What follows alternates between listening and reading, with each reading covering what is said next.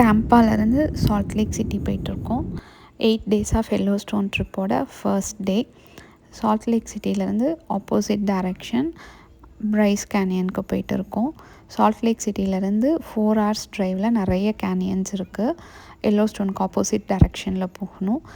Ziyan national park, red canyon, Bryce national park. நாங்கள் போகிறது வந்து பிரைஸ் நேஷ்னல் பார்க். இது வந்து ஒரு ஹை எலிவேஷனில் இருக்க ஒரு கேனியன். நாங்கள் சம்மரில் போனனால கிட்ஸை கூட்டிகிட்டு போகிறப்போ ரொம்ப ஹீட்டாக இருக்கக்கூடாதுன்றனால இதை சூஸ் பண்ணோம். இது வந்து கிரவுண்ட் லெவல்லேருந்து 8500 feet எலிவேஷனில் இருக்குது. ஸோ அங்கே வந்து நல்ல மழை, ரொம்ப சில்லுன்னு இருந்தது வெதர்.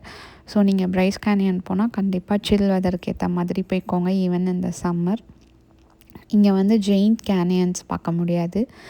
கேனியன் ஆம்பி தியேட்டர்னு சொல்லுவாங்க. இந்த மாதிரி பார்க்க ரொம்ப ஸ்பெக்டாக்குலராக நிறைய கேனியன்ஸ் அப்படியே ஒரே இடத்துல இருக்கும். இங்கே பிரைஸ் கேனியனில் பார்க்க வேண்டிய முக்கியமான இடம் இன்ஸ்பிரேஷன் பாயிண்ட். அங்கே நிறைய பாயிண்ட்ஸ் இருக்கும். இன்ஸ்பிரேஷன் பாயிண்ட் வந்து உங்களை சுற்றி 360 டிகிரியில் வந்துட்டு கேனியன்ஸை பார்க்கலாம். அந்த இடத்துல பயங்கரமாக காற்றடிக்கும். கேனியன்ஸில் வந்து உள்ளே இறங்கி நீங்கள் வாக் பண்ணி ட்ரெக்கிங் மாதிரி போக முடியும்.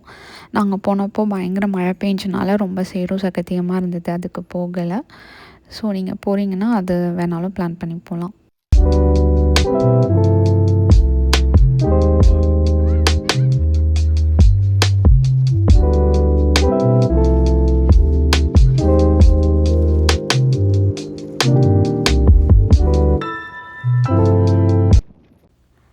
சால்ட் லேக் சிட்டியிலேருந்து பிரைஸ் கேனியன் போகிற ட்ரைவ் வந்து ரொம்ப நல்லா இருந்துச்சு. 2 சைடும் ஓப்பன் ரோடு. நீங்கள் ஒரு 10 kilometers ஸ்ட்ரெச்சாக ஒரே லென்த்தில் ரோடை உங்களால் பார்க்க முடியும். ஃபுல்லாக 85 miles/hour ஸ்பீடு. ஸோ அந்த ட்ரைவ் சூப்பராக இருந்துச்சு. பட் 2 சைடும் உங்களுக்கு எந்த ரெஸ்டாரண்ட்ஸும் இருக்காது, ரெஸ்ட் ரூம்ஸ் எதுவுமே கிடைக்காது. நீங்கள் ஃபுட்டு எல்லாமே எடுத்துகிட்டு போயிடுறது தான் பெட்டர். ரொம்ப லெஸ் ஆப்ஷன்ஸ் தான் இருக்கும். நீங்கள் போயிட்டே அப்படியே மேலே ஹில் ஸ்டேஷன் ஏற ஆரம்பிச்சிடுவீங்க. ஏற ஏற அப்படியே வெதர் மாறிடும்.